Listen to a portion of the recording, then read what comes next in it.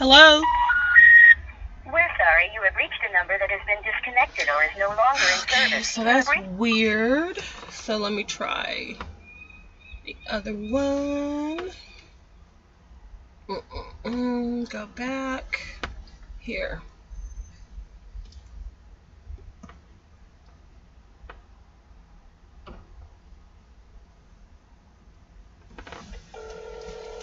This is some drama. It's Carolyn.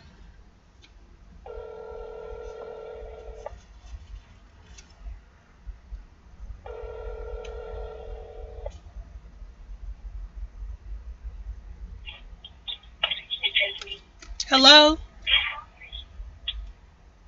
Hello? Hey. Hey, what's going on with you? I do this every February. Hmm? I do this every February. I really needed to talk to you, though. Well, what's going on? Nothing. You have such a beautiful voice, and you're such a beautiful person. I really, really miss you. Oh, I miss you too. You know hearing your voice. You know I'm just a phone call away. I called you and left a message the other day.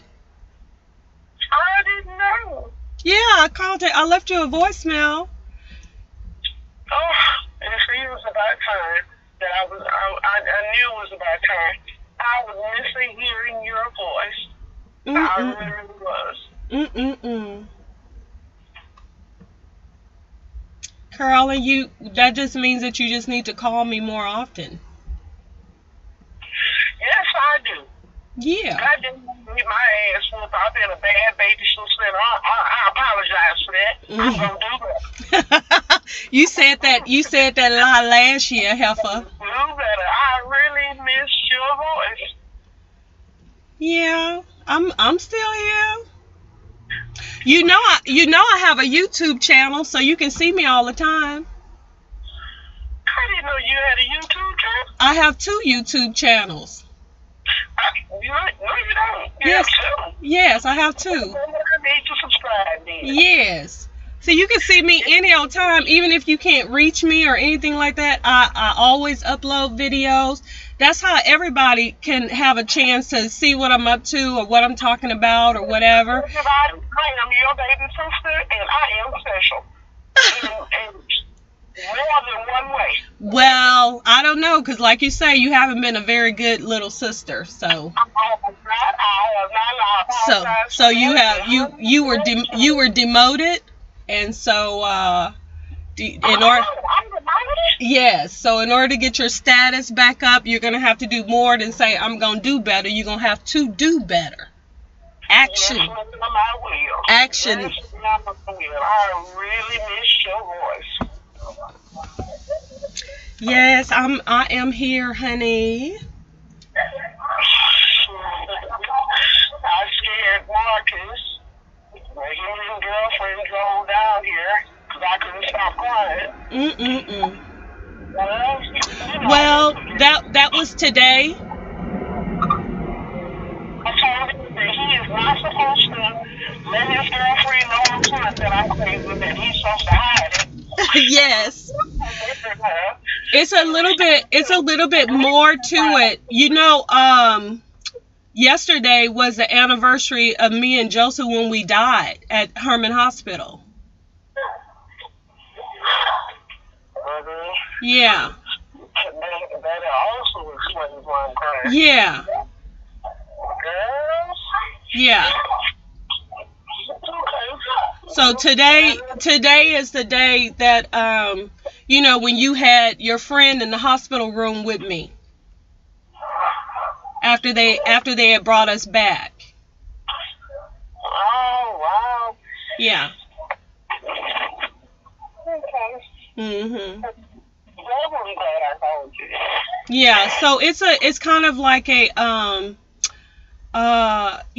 right now it's kind of an emotional thing. You're probably still feeling a lot of the spiritual tremors of stuff that are associated with this time of the year, which is every year. I mean, February 1st, you lost your nephew and your sister. You were there. you were able to get them to bring us back to life, you know, and that happened now. And then Joseph died on June the 30th, but he came back February the 5th. So my grandbaby, the one that's born, she's going to be 3 years old on February the 5th, and she's Joseph. She's come back. He's back.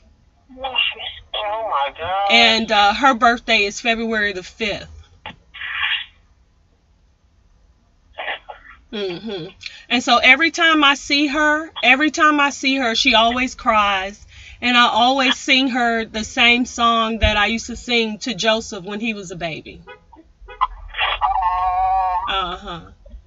And she sings the same songs that Joseph used to sing. Joseph's favorite song was The Blood of Jesus, you know. What can wash away my tears? Nothing but the blood of Jesus. And she sings that song now. Oh, wow. Well, no wonder. Yeah. Okay. And so her birthday is on the 5th. And so for me and Joseph, so like my birthday is the same as Joseph's birthday. He died on the same day, so did I, but we were both brought back too on February the 1st. So I goddamn made sure of it. Yes. I told them motherfuckers whatever happened to them, whatever happened to you was gonna happen to them. Right. Get us together. Right. I meant shit. And they brought us back, but I think by them doing that, it did create it's a lot of power and emotions associated with this day.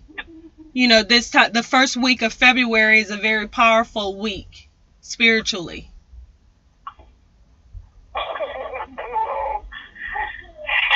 It must be, honey. Yeah. Every year I keep going through the same thing, and I'm like, I need to talk to my sister. Well, I thought you understood that that's what it's about, because before 1991 you weren't having these episodes.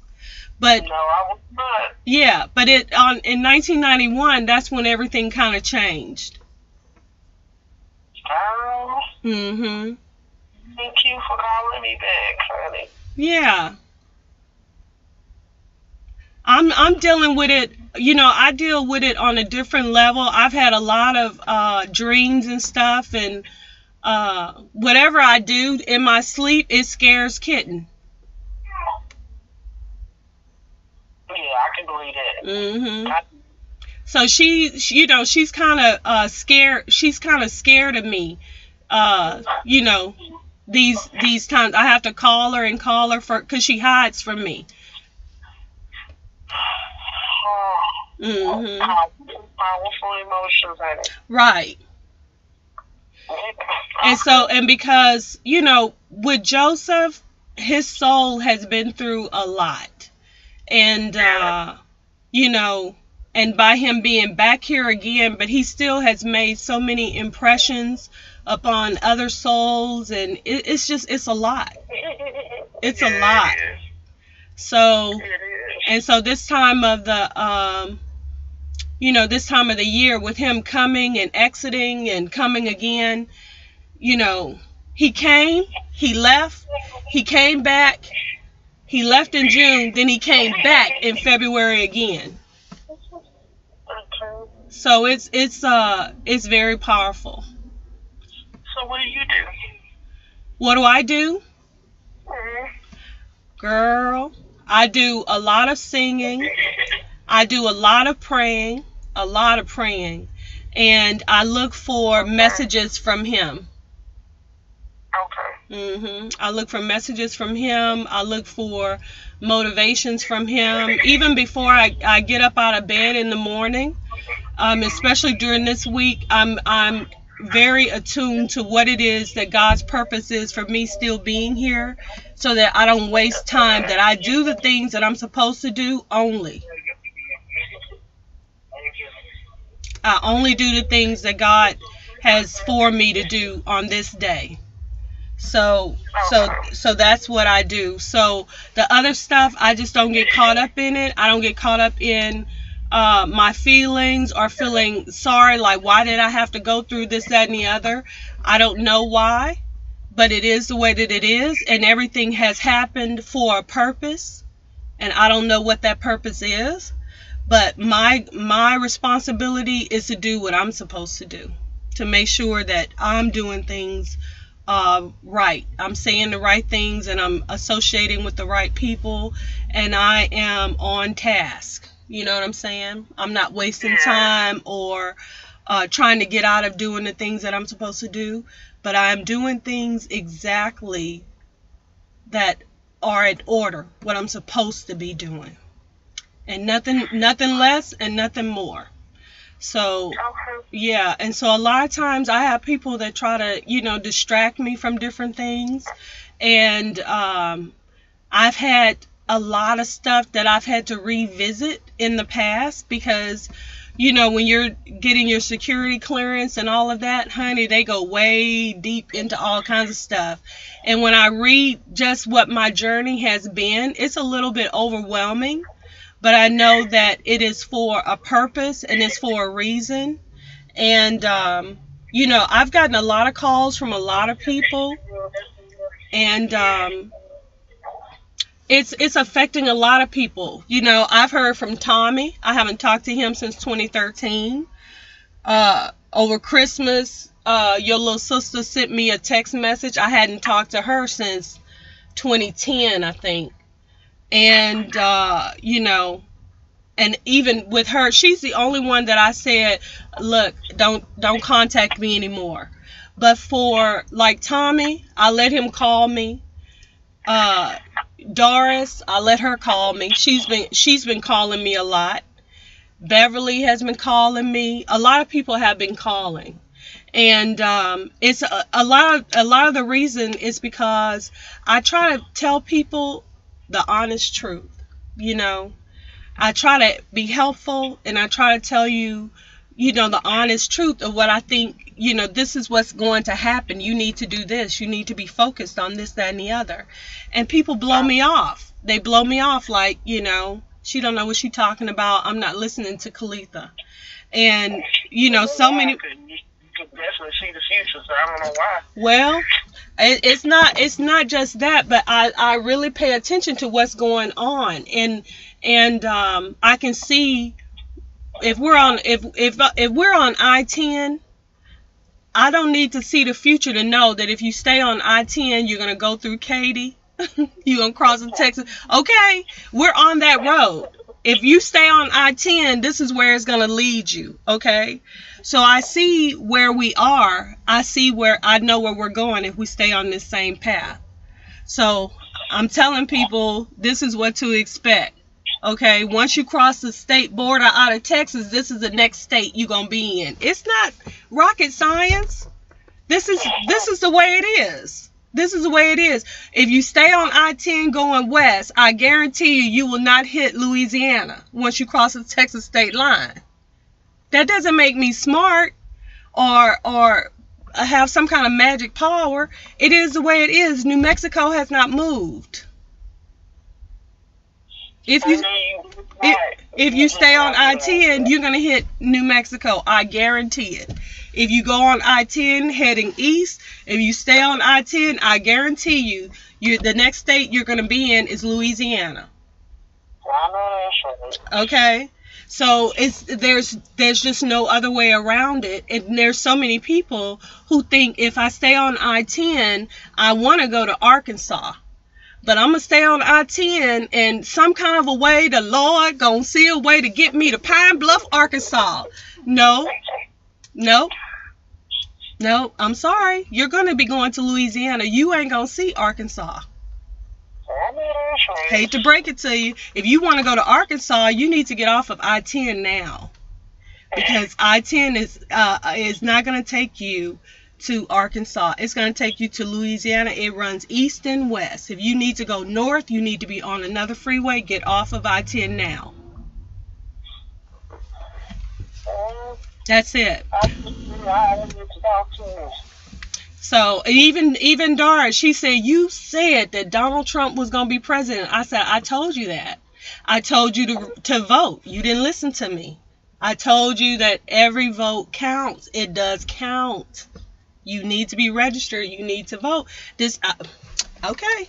I told him that by the time that my grandchildren are having children, these white folks gonna have these here Negroes picking cotton. If they do not change the way that it's going now, that's what's gonna be happening. Slavery is gonna be brought back. It's already back. It's already back. You know, and it's been back. There's some places where slavery never stopped. So, but people don't want to listen. So what do you want from me? You know, you don't want to listen. I just know I ain't picking no cotton. I'm gonna do everything that I can do, but I can only do so much. Everybody has a choice to make. Everybody has a decision to make. It's up to you to make the decision. Now, Doris is calling me because she's afraid that they're going to remove her from Social Security. She needs to get a job, you know, because she's worried about that. I said, well, you've seen the budget.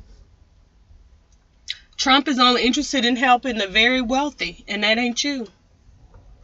Yeah, that's true. That ain't you. And you, that's right. And you want to be independent, and you treated your children like dogs and stuff. You can't come stay with me. Ain't no Jehovah's Witnesses allowed in my house. So, and you told me